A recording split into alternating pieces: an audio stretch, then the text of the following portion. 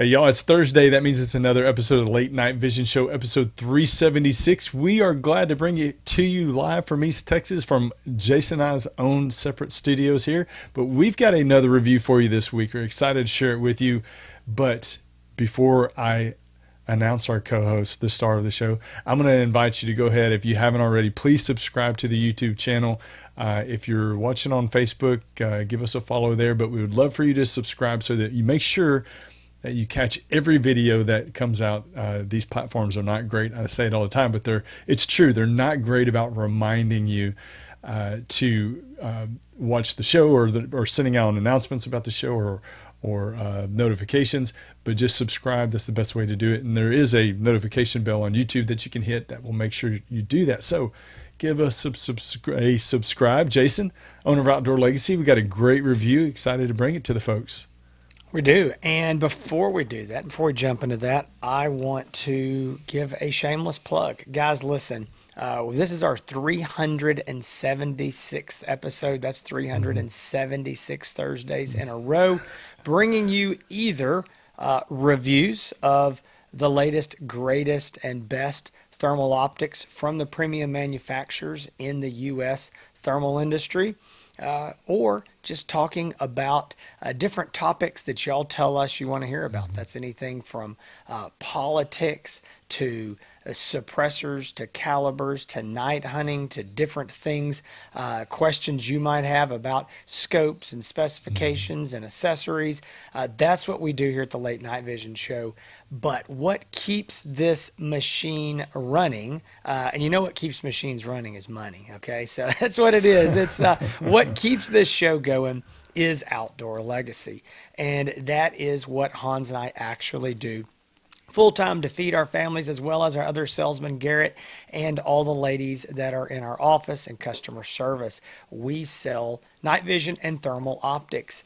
And we don't just sell them, okay? So that's what we think sets us apart from a lot of other places, especially big box stores, is that we hunt with in the field every single optic that we sell, and a whole lot that we don't. We test them and decide that we don't like them. One thing I like to say sometimes people think that if a company that we're a dealer for comes out with something, we automatically sell it, and that's not true. There is not a single brand that we sell every single one of their products. So we cherry pick these for you. But what we like to do is to be able to help our customers. So if you know, hey, I want to buy an optic, whether it's the optic we're reviewing today, something totally different, or you have no idea what you want to buy, if you want to buy it from Outdoor Legacy, we invite you to give us a call, 877-350-1818, or you can go to our website, outdoorlegacy.com. But we would like to talk to you, like to help you make sure you're buying just the right optic for your needs. We do not believe there is any one best optic in any price category for anything, because everybody's situation is different. What I do might be a little bit different than what Hans does, and what he does could be very different from what you do. Even if you lived right here in East Texas, everybody has different hunting situations and scenarios. So we like to talk those through with you and then recommend just the right optic for you. And if you choose to do business with us, you also get our customer service for as long as you own that optic. We're here for you in any way that we can, helping you if you need help getting it zeroed, have a question about it, whatever that is. Also, we have a full service warehouse where we keep this inventory in stock here in Texas. If you place your order for an in-stock item before noon Texas time, Central Time, we will ship that thing out the same business day. If it's afternoon or on a weekend, we'll ship it out the very next business day. Free shipping, insured to your door. So guys, we'd love to have your business, 877-350-1818. Now, what you're here for. If you have clicked on this, you've already seen the title, so you know what it is. We're going to be reviewing the Pulsar Merger XT50 LRF thermal binoculars. Now, normally when we review something, the first thing we say is the brand new, because we're normally reviewing things super early on.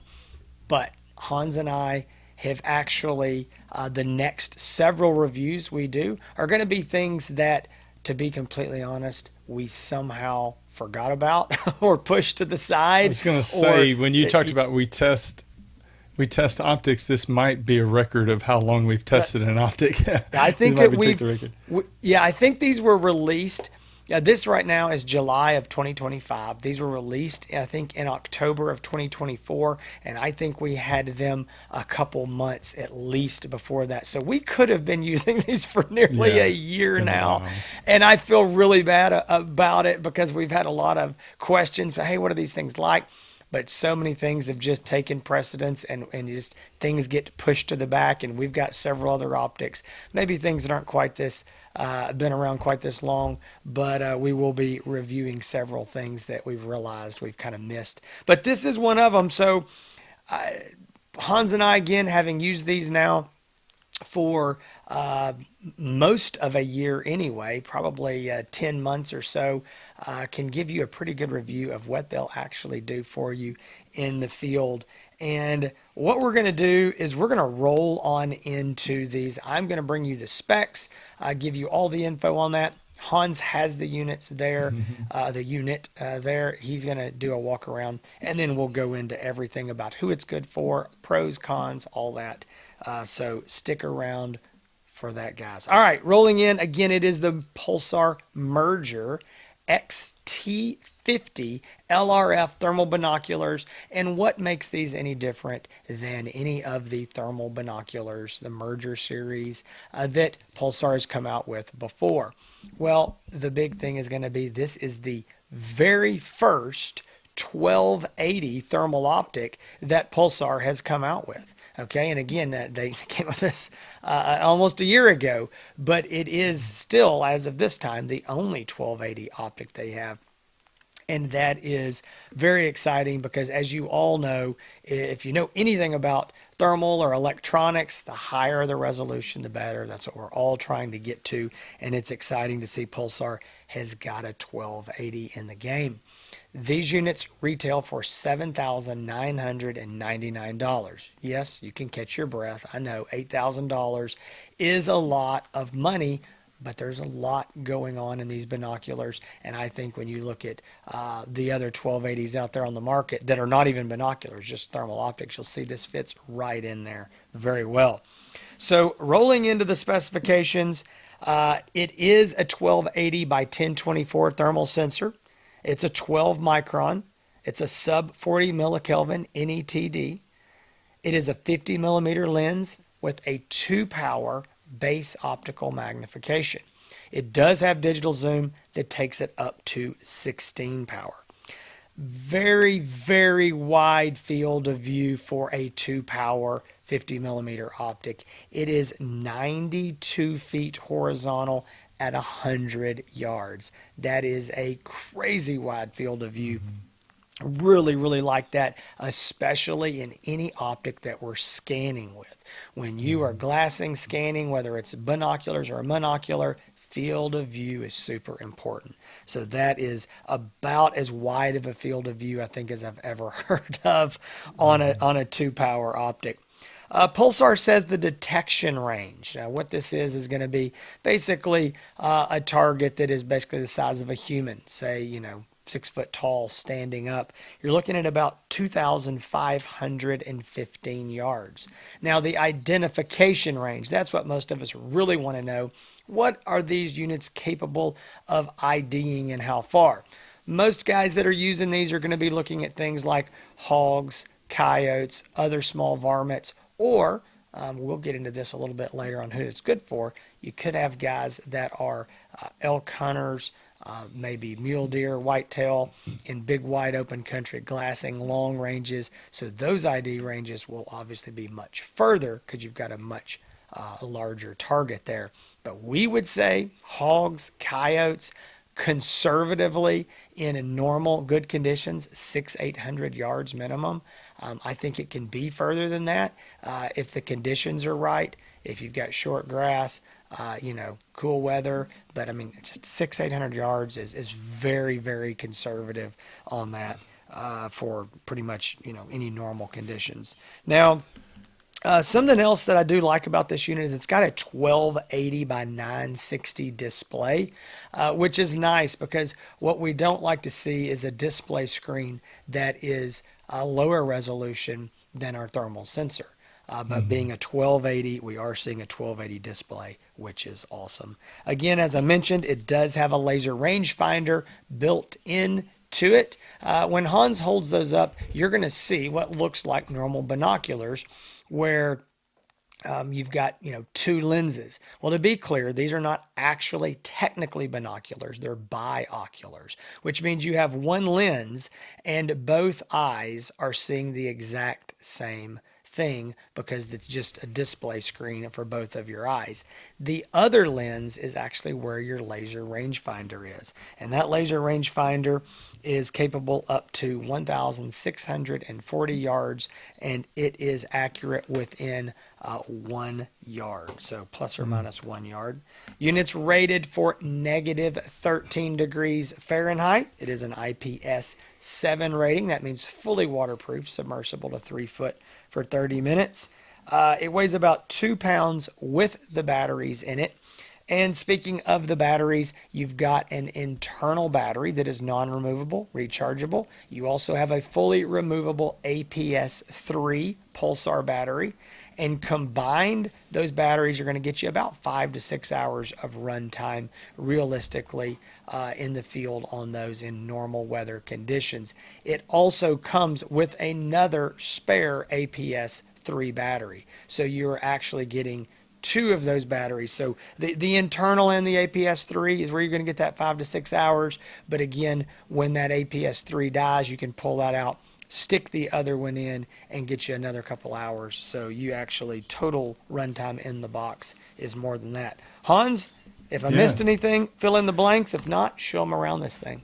Yeah, I kind of feel like it's show and tell time. So let's get this thing kicked off. We got the, one of the things with, I would say, the Merger design compared to the previous binoculars. What was the name of the previous binoculars? Accolades. Okay, I don't know why I couldn't think of that. Was that they were looked more like traditional daytime optic binoculars, and it does. The form factor of it really does. If you saw it on a table, you would say that, why does that daytime binocular have buttons on it or something like that? But no, it is. It's very well designed. It's got 2 independent lens cap covers right there. Jason mentioned, and I was showing it while he was talking about it, but the laser rangefinder is actually right here in this lens on the right. This other side obviously is the thermal lens. We've got the button layout on top, 6 buttons on top. The blue button is the power button. It's got a focus adjustment here for the objective lens on this. This is really hard to show on camera. On this lens right here. So when you turn that, it focuses for distance, and then you have the eyepiece diopter focuses up here by the eyepiece. Obviously, these eyepieces, people's eyes are different sizes apart, so you can move these eyepieces in and out depending on the distance between your eyes. The spare battery is in a interesting location. It's actually right here in the middle, so there's a button release on one side, but that extra battery pops out right there on top. Not the spare battery. It's just the removable battery, and it has an internal non-removable battery. And then, like Jason said, it does come with 1 spare battery. I think that's everything. Now, I want to show you this this bag, because this is one thing that Pulsar is really proud of. This is like a chest pack rig bag that you can mount like most guys you see that are out there elk hunting or something. They got the big chest packs on it with their binoculars in it, so you can wear this as a chest pack. It comes with some neck straps, shoulder straps. I mean, it comes with more straps, and you could tie a pig up and throw it in the back of the truck with the amount of the straps this thing comes with. But this is a really, you pick it up here, this is like really well made, as you would expect from Pulsar, but very well designed ergonomically. I'll just say that. And it comes with it, just real quick, like Jason said, it comes with that extra battery. And then it comes with a charging base and the cables and everything to charge it up. So that's it, Jason. So, real quick, I want to talk about the pros and the cons. I'm going to do the con real quick. There's only one that I can come up with. If you have something else, jump in here.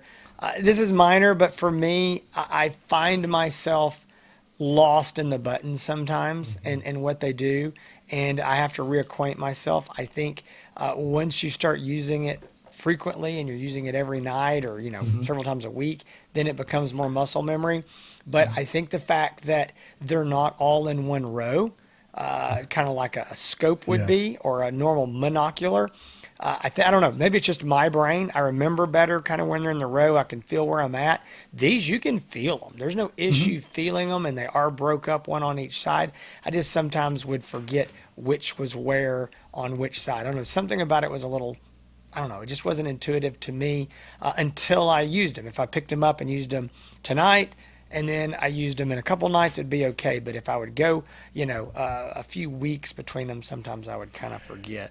That's kind of what you and I guess it's a good problem to have, but we're testing so many optics that we're not using the same optic every single night. You're like the way you're set up, you see hogs out in your field and you run and you're just trying to grab the first thing that you can get. So, depending on where it's, literally sometimes I'm taking 4 to 6 optics at one time out there of different brands. And so, yes, it is. In what you just said, Hans, I don't want to interrupt you, but I wanted to make the point. It's a great point that I sometimes forget. Most guys are taking an optic, and this is their optic, and maybe they own a couple more, but they're using those same ones over and over. We're using new optics all the time in multiples at once, and then about the time you figure it out, you box it back up, and we start with something new. I'm switching. I don't have it sitting here with me, but I'm switching from this Merger binoculars one night. The next night, I'm testing the new Pulsar Oryx binocular, and so that's a completely different setup. But yes, I found myself as well hitting the wrong buttons. The buttons I can't say anything bad about them. They're, like you said, evenly well spaced. When you put your hands on the binoculars, they're right there in a perfect position for the buttons. It's just right brain, left brain. I just for some reason I agree. Couldn't figure out what was on the right and what was on the left. Other than that, though, the button layout, I didn't have any other problems with anything. I will say one thing, and I didn't. Maybe it's one thing you want to talk about here pretty soon, but the image stabilization, that feature that it has. Some people like it on and off. I think I preferred it turned off. And if you don't know what that does is, and you may explain it better, Jason, but that was a big feature that Pulsar rolled out, and they talked about when we went and looked at them and viewed them. They made a big deal about image stabilization. Basically, you're holding up binoculars for a long period of time. Your hands may get a little bit shaky, and this takes a little bit of the shakiness out of the screen. Even though your hands might be slightly shaking, it kind of does exactly what it says. It stabilizes the image to kind of filter out some of the small movements.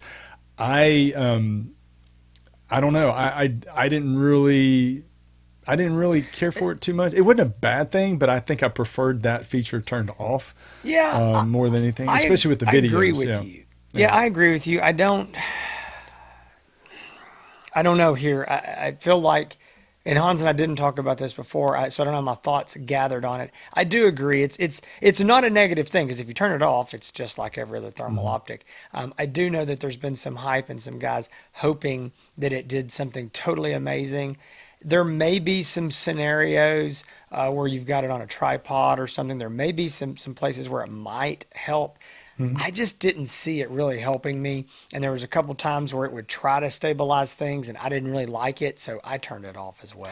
So that's a fair point. I don't think it's a negative at all. I don't think it's not a negative, because it's not going to hurt you if you don't want it. It's not the deciding factor of why you should purchase this optic, but it's not a negative. And I think some people will like it. Some people won't care for it. So it's nice that it has it. How about that? That's a positive spin on it. It's nice that it has it. But so let's talk about some of the great stuff, because there's a lot of good stuff to talk about with this. So, we mentioned the button layout as the only negative. I'll run through a couple of real quick, Jason, just things that I talked about previously, because I think it's probably the easiest thing to get through. The ergonomics, the design of it, I'll re-say it again. The design of the optic, it is more natural feeling like a standard set of binoculars. The buttons are even though Jason and I's brains are not developed enough to be able to figure out the buttons, the buttons are in perfect placement. I think that the focus adjustment is easily usable and functionally in the right spot.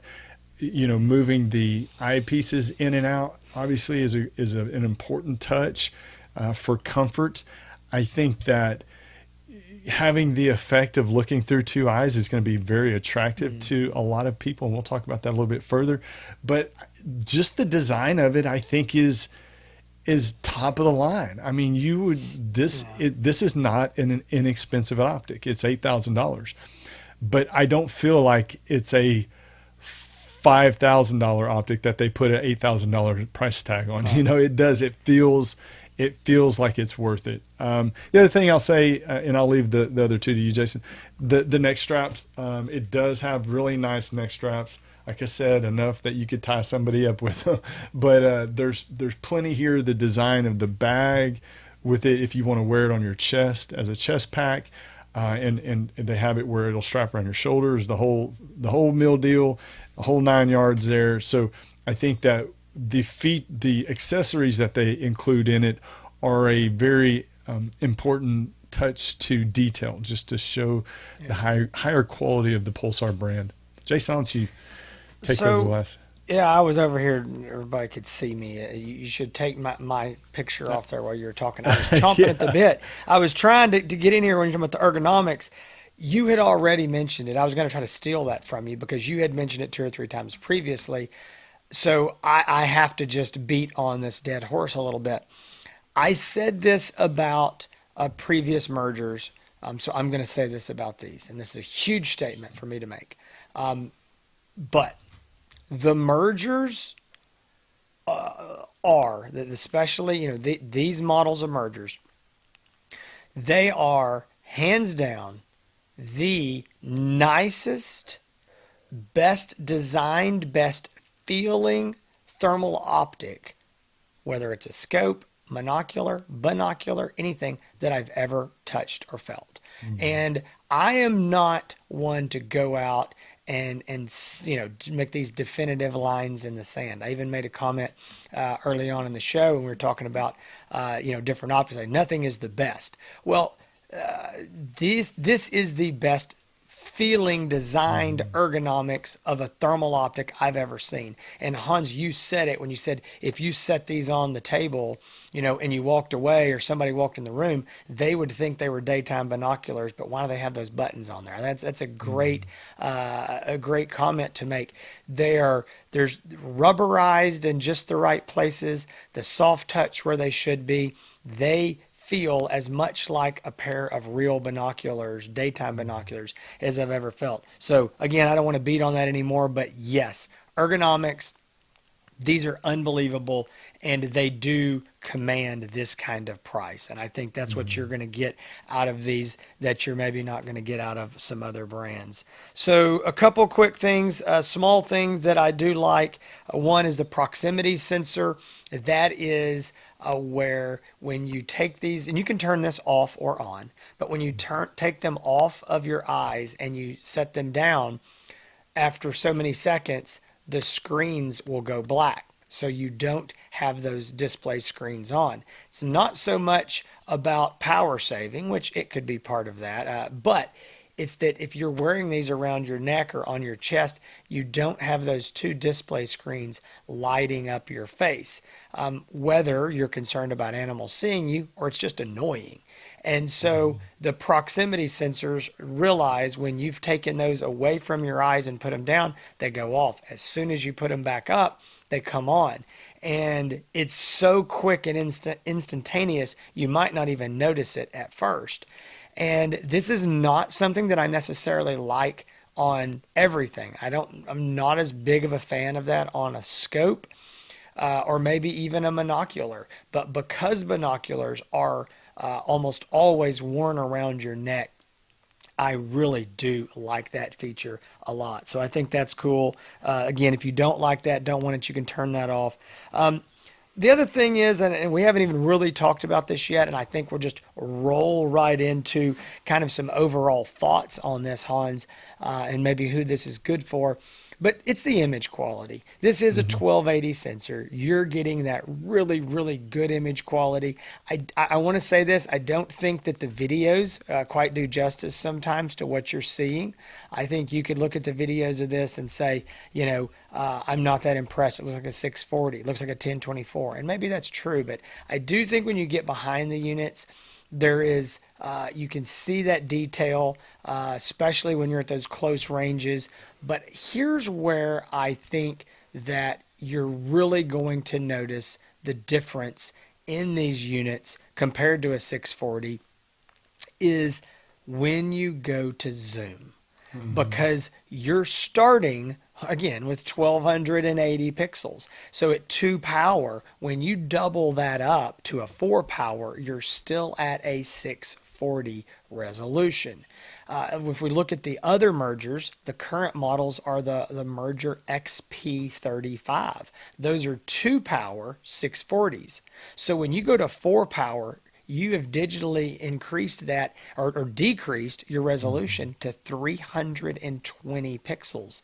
So I'm making the point, at a 4 power, you are digitally are still at a 640. At an 8 power, you'll be at a 320. So that is where, to me, you get the big benefit of these. I just think that the image quality is good. It is nice, but my overall thought is that the benefit is the zooming. If you're never going to zoom and you're like, hey, do I spend 5,000 or 8,000? I just want a good pair of binoculars. Maybe these aren't for you. Maybe they're not worth the extra money unless you're just, really want the top of the line, the latest technology, the latest and the greatest. But if you are somebody who is and Hans, I'm going to let you chime in here. I think we have moved now into the who it's good for. If you're somebody that is zooming a lot, you're in big, wide open country, you're glassing long distances, I think that is where this extra money is worth it, because you're putting this through some paces that maybe the average hog hunter who's out here looking, 150, Yeah. 200, 300 yards isn't. So, Hans, I have some more thoughts on that, but why don't you jump in here on what you think about, overall quality and who it's good for? Yeah, I think if you're wanting this to look at hogs at 50 yards, it might be a little bit overkill, but that's okay. If that's what you It'll want, work. if you got that kind of taste, then go for it. The people that call up and are interested in the Merger XT50s, the 1280 mergers, are a couple different types of hunters. I would say you get the guys that are the big game hunters that are not using these at night to necessarily go out and shoot big game, because that would be illegal, but they use this more for scouting and sometimes even in the off season. So they're going out and they're used to sitting behind glass for long periods of time, sitting on one mountainside looking, over a valley to another mountain slope. And so these binoculars for them are, like Jason said, you get the range, you get the distance that you need, but they're very comfortable. You can put them on a tripod setup. They're just used to this type of glass and they like the binocular feel. So those guys are very attracted to the binoculars and high resolution binoculars in the big game world. Also, if you are trying to see long range in general and you're just out there and you're scanning many hundreds of acres, thousands of acres, whatever you're trying to see, and you're trying to do that with the highest quality that you possibly can. I get a lot of guys, and may not even want to, this might not even be worth talking about, a lot of guys saying, hey, it's 1280, does that mean that I can see antlers on deer at long range? You get that a lot, and I would say not reliably. Don't buy these thinking you're going to be able to there and go count tips of antlers at 800 yards. Yeah, hardhorn. Yeah. In velvet, yeah, you can see antlers a lot better, but in hardhorn, it's not going to be reliable. So don't get these thinking that this is going to solve your problem. But long range hunting, long range shooting, long range scouting, obviously, and for somebody out there that just in general likes binoculars over a monocular, and they prefer the highest resolution that they can get. So you may be a guy that's hog hunting and you're looking at hogs at 50 yards, but you want the highest quality that you possibly can. Right now on the market, these 1280 binoculars are the highest that you can get. So it does, I would say that these are for a specialized type of person that are seeking these out for specific reasons, or it might just be somebody on, and we talk to these people too quite a bit, that just say, I want the nicest on the market that I can get right now, and price isn't a concern. I wish that Jason, you and I could go down to the truck dealership and have the same mentality, but there are people that just don't want to sacrifice quality or anything when it comes to their glass, and I can appreciate that. I'm not a I'm more of an optic snob than I am of a rifle, or even though we use really good rifles, American Defense. But you and I are not rifle snobs, I would say. So I can appreciate that, Jason. I really can. So I agree with that, and I think that what I've seen too of a lot of the Merger XT1280s that we've sold have been to guys who already had a 1024 or 1280 thermal scopes, and it's the idea that I don't want less, okay? And if I've got this scope, I want binoculars or my handheld, whatever it is, to be as good as they can possibly be. Again, it's they're not looking for the budget to save the most money. It's, hey, I want the best, and I'm willing to spend the money. And if something better comes out in a year, I'll buy that. And so a lot of those guys that I've talked to that have these, HD ultra high resolution scopes are looking for these binoculars.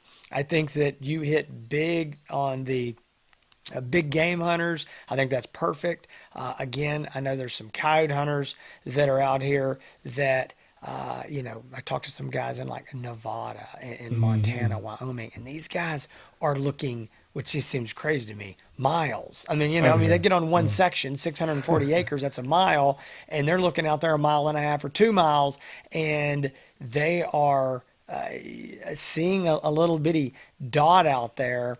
It matters because they need to know if that's something coming in. Are they calling something in from a mile and a half away? They don't want to pack up and go back to the truck when there's something coming in. So I do think that specialized things, as you said, that's who this is going to be good for, or guys who just demand the very best. And that may mean you're looking at hogs on a feeder at 50 yards and you want the best. That's where it comes down to. I know a lot of questions come up around binoculars or monoculars. And that is a question that a lot of guys understandably ask, especially coming from the daytime world. We all use binoculars. So which is better? Well, that's going to be another show topic that we're going to hopefully do here in the next few weeks, is discussing that, monoculars or binoculars, because there are pros and cons to both. But if you're interested in these and you're not sure, if you need a binocular, these or something else, then feel free to give us a call. Outdoor Legacy, 877-350-1818. We would love to earn your business.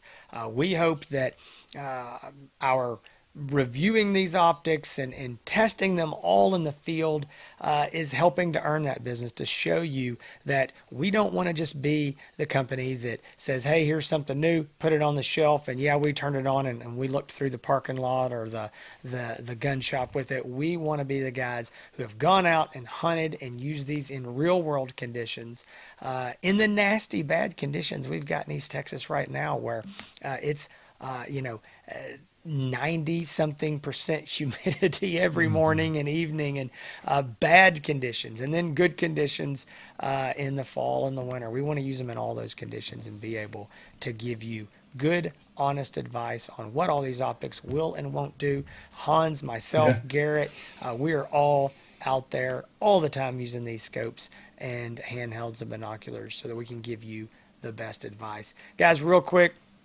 you've already found the Late Night Vision Show. Hans already told you how to like and subscribe, and that means a lot to us. But also check out our other hot content.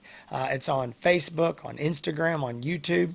We've got the Hans East Texas YouTube channel and all the social media. So it's HANSETX.